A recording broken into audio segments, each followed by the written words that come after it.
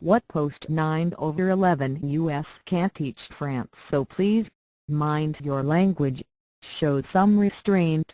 It was not a French September 11th, wrote Olivier Roy last week, in an otherwise nuanced article on the French Muslims and the emergence of extremists.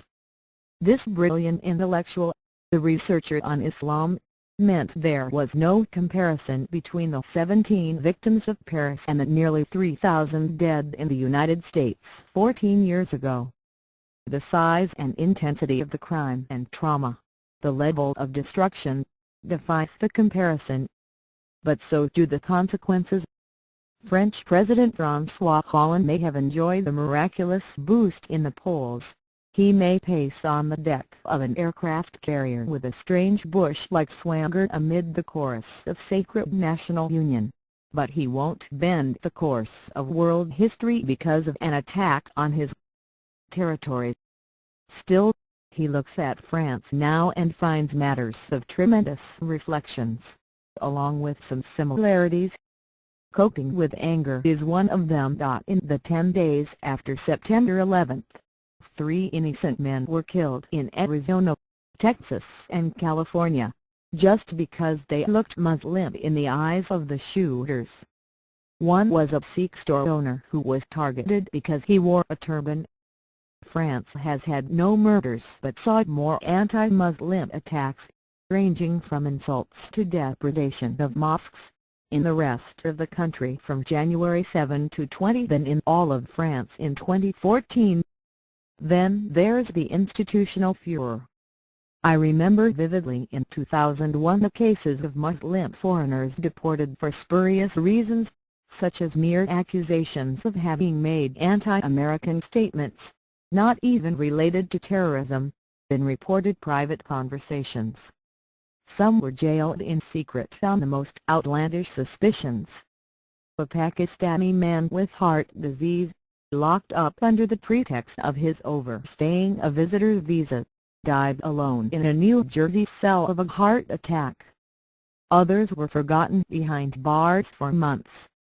The Cartesian French may have criticized America's hysteria at the time, but they have little to brag about lately. The week after the Charlie Hebdo attack, more than 50 individuals had already been charged, and 10 of them sentenced to prison terms, for the crime of incitation to terrorism.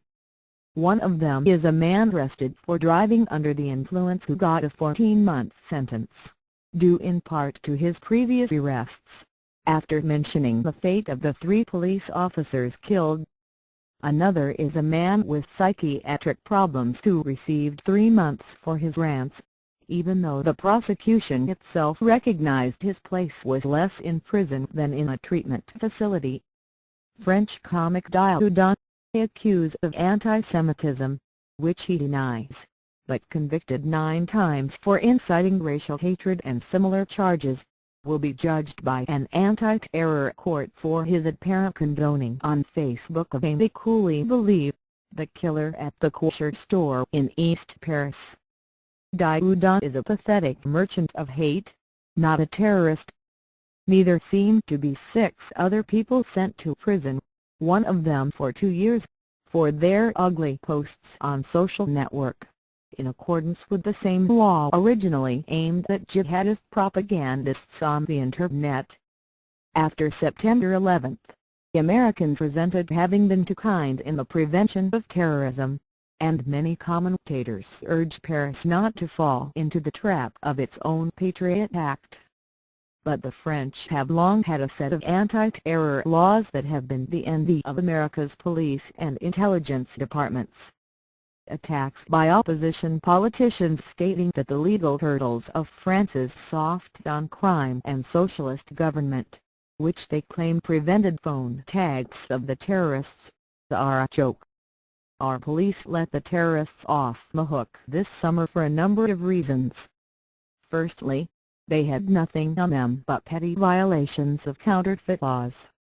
Secondly, they had plenty of other fish to fry, namely 5,000 other potential French jihadists whose tracking would demand a minimum of 10 detectives per suspect. There's also the fact that more than 900 people have left France to join the ranks of ISIS in Iraq and Syria, a mind-boggling number.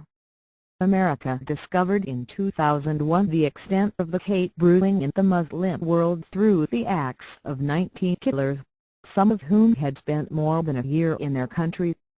France has to look inward, which may be even more painful, and scrutinize the 3 children of the Republic born and raised in its civilization.